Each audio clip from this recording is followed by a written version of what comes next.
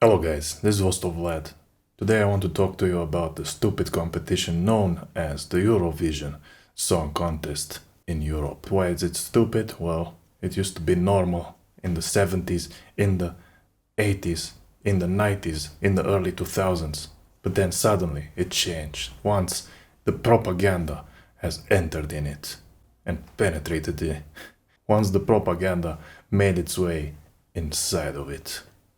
Somewhere after the 2010, maybe somewhere there. What propaganda? Were satanic propaganda and diversity propaganda, which is also part of Satanism, and political propaganda, which you all know Satan runs that from the shadows. So that being said, we are going to take a look at the number one position, second position, and third position of this contest, which is not even European, because Australia and Israel is also part of it. What is Israel doing in this competition? Well, we know they run things from background. How they run, for example, the military and political interests of the United States of America, if the United States is a big power and Israel is just a 10 million people country. How do they do that? Well, we the crazy conspiracy theorists know that. That being said, let's take a look at number one. So the first position of this contest was occupied by Bulgaria.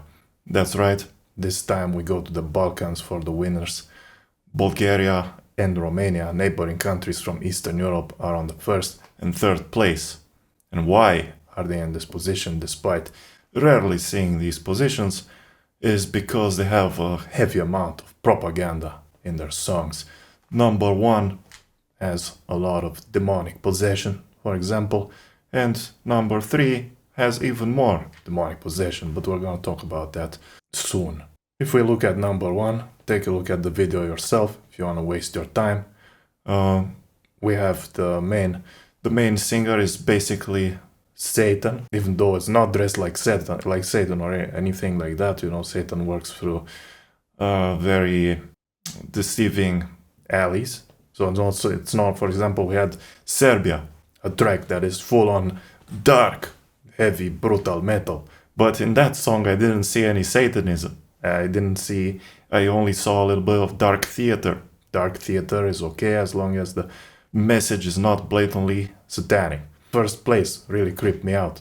And, I'm a guy who listens to a lot of rock, metal, and, there's some dark imagery, but it doesn't creep me out. But this number one stupid pop song that requires only 2 brain cells to enjoy it has creeped me out a little bit. So if you look at the dance and on the look of those people who are dancing and at the performer, you will be creeped out too. They have very erratic moves. It's like in the Ring horror movie, where a possessed character makes really crazy moves like that. And then they, of course, not only that, but she is puppeteering them, for example, like this as they do their dance. And of course, this is a message that symbolizes how Satan rules over the world and over the zombies. All the characters have broken faces, which signifies their zombie nature, and she tells you that she can help you in the lyrics, but I don't want her help. I don't want that kind of help. And then they spin around in a circle, similar how the witches, how the wizards spin around as they perform their erratic ritual with no sense. The lyrics is just bangaranga, and it's just really dumb. And then they go and do a reverse version of that, which is like anda bangara. So one time they go bangaranga and then the anda bangara, which of course Satanists like to reverse things and play with that kind of stuff. The video itself starts upside down, which we've seen this theme. And for example, Stranger Things, the upside down world is a dark world, and it comes from the as above, so below symbolism. And if it's upside down, it's basically the dark side where the demons live. And there's even a horror movie called As Above, So Below. Some people go into the French catacombs where some paranormal dark stuff happens to them. So things connect if you check them out in entertainment.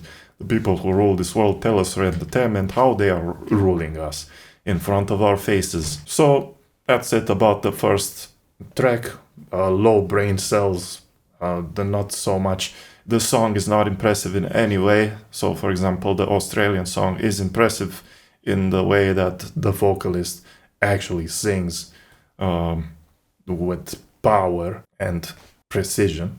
It's a more of a classic kind of Celine Dion type song. You would expect that to win a Eurovision Song Contest, even though Australia is not part of Europe.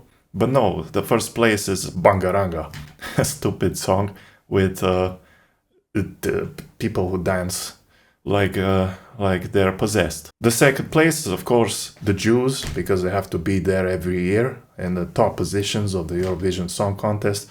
You will see them every time. They're just there for mysterious reasons.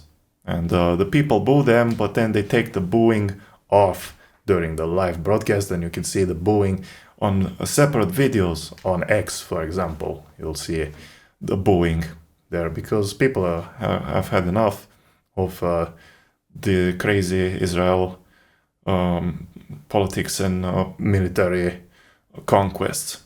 All right, and we go to the third place, which the third place is occupied by Romania. Again, my country. It's sad that they have to be in a top position with this kind of song that just says choke me 30 times in the song. I used an AI to get that information because I'm not going to count it myself.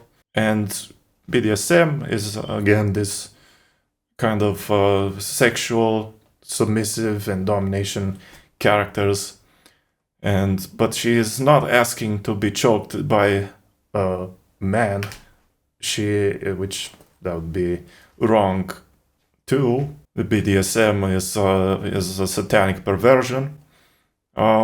She is asking to be choked by a demon, which is actually represented in the performance. You have a ghostly figure who basically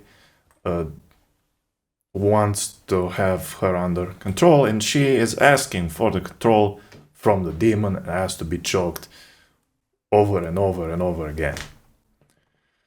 So that's the Eurovision Song Contest. It's a propaganda machine, and you have not just the propaganda and the performances themselves, but also the host. One of the hosts was a gay French man wearing a ridiculous outfit, doing really cringy jokes that only progressive people can understand. They don't like actual good jokes. They consider them hate speech and ask for censorship. And so they do their idiotic jokes. And it's really a tough time to try and watch this competition. You'll be annoyed. So stay away from it. At the same time, the countries which vote have the representative who brings the vote. There's a person who says, hey, we have 10 points and 12 points for this country. And usually at that point of the transmission, you see these representatives being basically drag queens and witches. So I saw a witch going with her hands like that, and then being like, oh, we have 12 points for you. And then a drag queen, which again looked ridiculous and did some jokes that were super cringy and annoying. And then the back and forth from the cringy vote person to the person who is the host of the competition was also cringy and annoying and gay. It's just horrible. And then demonic performances. It's gone. This competition is lost. The only reason I revisit it is to make this video, because maybe a few people, even though these videos like this are shadow banned and censored, maybe it will reach a few people and they will understand that this is they initially come to see a video like this because they thought themselves that something was weird about the competition, And so they see a person like me who's saying, yep, it was weird, it was satanic, it was trash, it was propaganda, don't watch it, it's trash. And then the truth is basically reinforced. So, there's a lot of videos out there pandering to the propaganda about Eurovision, saying how great it is. But no, this competition is Satan. It's Sodom and Gomorrah. It's to be 100% avoided. Again, about the metal and about the rock stuff. Rock and metal can exist and is great without a stupid message behind it. That I listen to it if it doesn't have a stupid message behind it. So that can be satanic or some kind of promotion of a satanic ideology or sexual perversion.